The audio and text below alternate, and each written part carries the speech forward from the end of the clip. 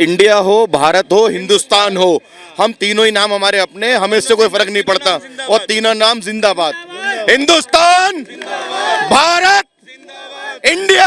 नरेंद्र मोदी जी जब लाल किले पे आए थे तो उन्होंने खुद ये कहा कि मैं दोबारा आऊँगा यहाँ पर भाषण देने के लिए, कोई किसी के विश्वास से कहा होगा और हमें उनके विश्वास पे विश्वास। पूरी दुनिया में नाम खराब होता है और ऐसा नहीं होना चाहिए। किसी भी धर्म के बारे में कभी भी गलत नहीं बोलना चाहिए। मैं एक मुसलमान हूँ, मेरी सोच ये है और मुझे हर धर्म की इज्जत करनी आई है और मेरे मजहब ने मुझे यही बात सिखाई है। सर मैं आज आपसे इलेक्शन से उठ के बात करूंगा। मजहब नहीं सिखाता आपस में बैर रखना। हिंदी हैं हम, वतन है हिंदुस्तान हमारा। तो आज मैं आपके चैनल के माध्यम से अपने प्राइम मिनिस्टर से कहना चाहता हूँ कि जो भी असामाजिक तत्व जो उल्टे सीधे बयान देते हैं इसके रोकथाम कीजिए। दिल्ली का मुसलमान क्या, पूरे हिंदुस्तान का मुसलमान बाहें फैला के खड़ा हुआ है। जैसे आप देखिए, आप ये कैसे किस तरीके से हमने सजावट करी है।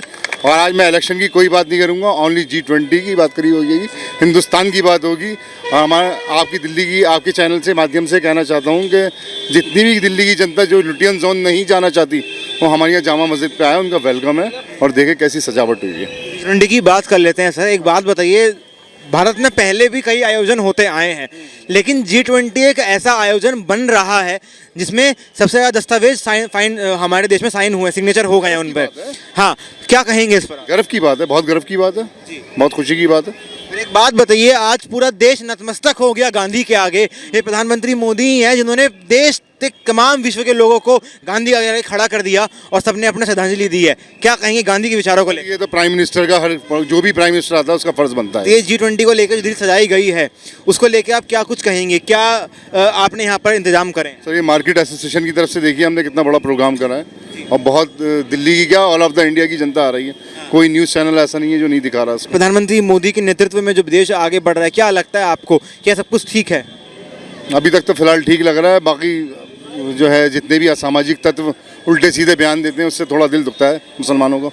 आप एक बात बताइए सर, असामाजिक तत्व जो बयानबाजी कर रहे हैं, गैर जो बहुत जिम्मेदाराना भी होती है ना, धर्मों को लेकर, ऐसा क्यों होता है कि जब कोई चुनाव आता है तो धर्म बीच में आ जाते हैं? साहब देखिए कि धर्म की तो हमेशा धर्म की राजनीति डिफरेंट राजनीति होती है और मैं चाहता हूँ धर्म की राजनीति ख़त्म होती जाए, मुद्दों की राजनीति हो। और कोई भी हो, चाहे मुसलमान हो, सरदार हो, चाहे हिंदू हो, हर मुसलमान चाहता है पूरी दुनिया हिंदुस्तान वो मुसलमान बन जाए। हर सरदार चाहता है पूरी दुनिया सरदारियत ले ले और हर हिंदू चाहता है पूरी दुनिया हिंदू बन जाए। लेकिन इंसानियत बननी चाहिए, हर धर्म को अपना सम्मान रखना चाहिए और हार्डकोर तत्व जिस भी धर्म में कट्टरपंथी तत्व उन्हें इतना ज़्यादा नहीं आगे आना चाहिए कि वो अपने धर्म के ऊपर भारी पड़ जाए। अच्छा, आपको क्या लगता है कि कट्टरवाद की वजह से कहीं ना कहीं हमारा देश पिछड़ रहा है? नहीं, कट्टरवाद की वजह से नहीं पिछड़ रहा। वो कुछ लोग हैं जो कट्टरवाद कर रहे हैं। अगर देश पिछड़ रहा होता तो हर कोई कट्टरवाद होता, हर जगह कत्लेआम वगैरह सब हो रहा होता। कुछ तत्व है और हम सब मिलकर उन लोग तत्व को रोकने की कोशिश कर रहे हैं। देश में G20 की बहार है इस समय पर। 20 राष्ट्रों के नेता अभी भी हमारे देश में हैं और अंदर संस्थाओं के लोग भी हैं। क्या लगता है आपको, क्या हमारा देश को इससे कुछ फ़ायदा होगा वैश्विक इकोनॉमी में? देखिए जनाब, ये पहले तो सबसे पहली बात ये G20 जो स्टार्ट हुआ, 20 देशों ने मुल्क ने बैठ के एग्रीमेंट किया जिससे उनके नॉर्म्स अच्छे हुए और आयात इंपोर्ट एक्सपोर्ट का काम स्टार्ट हुआ, इन्वेस्टमेंट का काम स्टार्ट हुआ और जिसके बाद ग्रोथ बनी इकोनॉमी की। और आज हिंदुस्तान को मौका मिला है इसे आयोजन करने का। अब दूसरा मौका हमें मिलेगा आज से 19 साल बाद और हम बहुत बड़े खुशनसीब हैं कि ये G20 को G21 होने के अंदर हिंदुस्तान का बहुत बड़ा हाथ है और हमारे मुल्क के अंदर ये G21 हुआ है। अच्छा, जहाँ पर भारत मंडपम पे हो रहा है G21, वहाँ की जो है पूरा आबो हवा बदल गई है, उसके पूरा रंग रोगन कर दिया गया है। हालांकि यहाँ पर भी बहुत कुछ आप लोगों ने इंतजाम करा है। क्या लगता है आपको G20 के बाद जो कुछ और सम्मेलन हमारे देश में होंगे, क्या तब भी ये हवा बंद रहनी चाहिए? देखिए, हर इवेंट डिफरेंट होता है। अगर आप G21 को लोकल इवेंट से करेंगे तो ये आपकी गलत बात है। हर इवेंट की अपनी स्पेशलिटी होती है, अपनी चीज़ होती है। ये G21 के अंदर G20 में 19 मुल्क आ रहे हैं, जो कि अब G21 हो गया है, 20 मुल्क आ रहे हैं। अब कोई ऐसा इवेंट होगा जिसमें सिर्फ एक ही मुल्क आना है तो उसकी तैयारी उसी तरह करेंगे। अब मेहमान घर में 100 आ रहे तो 20 तरह के खाने बनते हैं, पर अगर घर के अंदर 2 ही मेहमान आ रहे हो 2-3 तरह के खाने बनेंगे।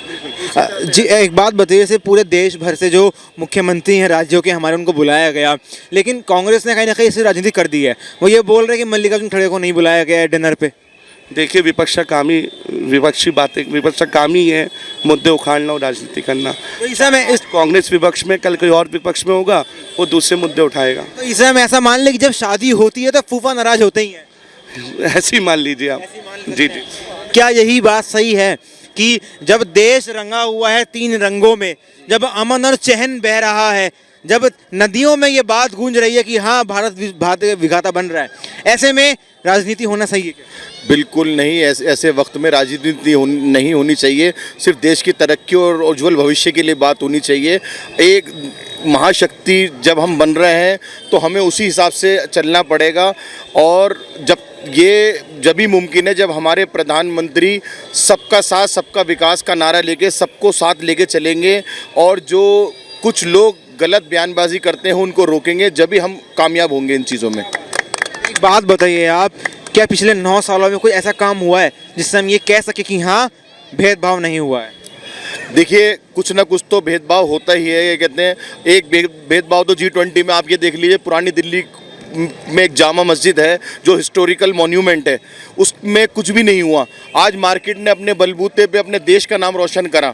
हम तो करते ही हैं, लेकिन गवर्नमेंट को भी हमारी मदद करनी चाहिए। अगर हम गवर्नमेंट हमारी सेंट्रल या स्टेट गवर्नमेंट कुछ भी मदद करती तो यहाँ का और कुछ ही और मज़ा होता। ये एमसीडी के अंतर्गत आता है जो पूरा क्षेत्र? नहीं, ये स्टेट गवर्नमेंट के अंडर में भी आता है, ये सेंट्रल गवर्नमेंट के भी अंडर में आता है। यहाँ पे दोनों एजेंसी के अंडर में आता है और दोनों ने किसी ने कुछ काम नहीं करा। क्या लगता है आपको, ऐसा क्यों क्या रीज़न क्या लगता है? ये दोनों आपस में इनका खींचतान चलता रहता है, उसका खामियाजा ना पब्लिक को भुगतना पड़ता है।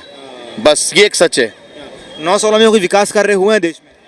बहुत हुआ है विकास, उससे तो कोई मुंह ही नहीं फेर सकता। बहुत विकास हुआ है, और 9 साल में नहीं, इन 76-77 साल में इस देश में बहुत विकास हुआ है।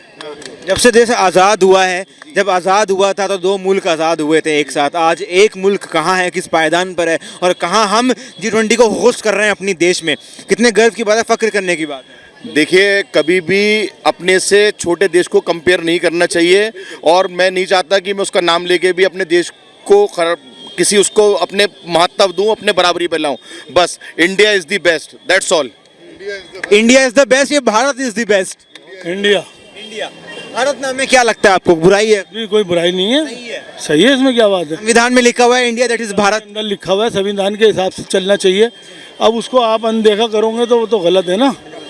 बात ये इंडिया हो, भारत हो, हिंदुस्तान हो, हम तीनों ही नाम हमारे अपने, हमें इससे कोई फर्क नहीं पड़ता। और तीनों नाम जिंदाबाद, Hindustan, Bharat, India, that's all.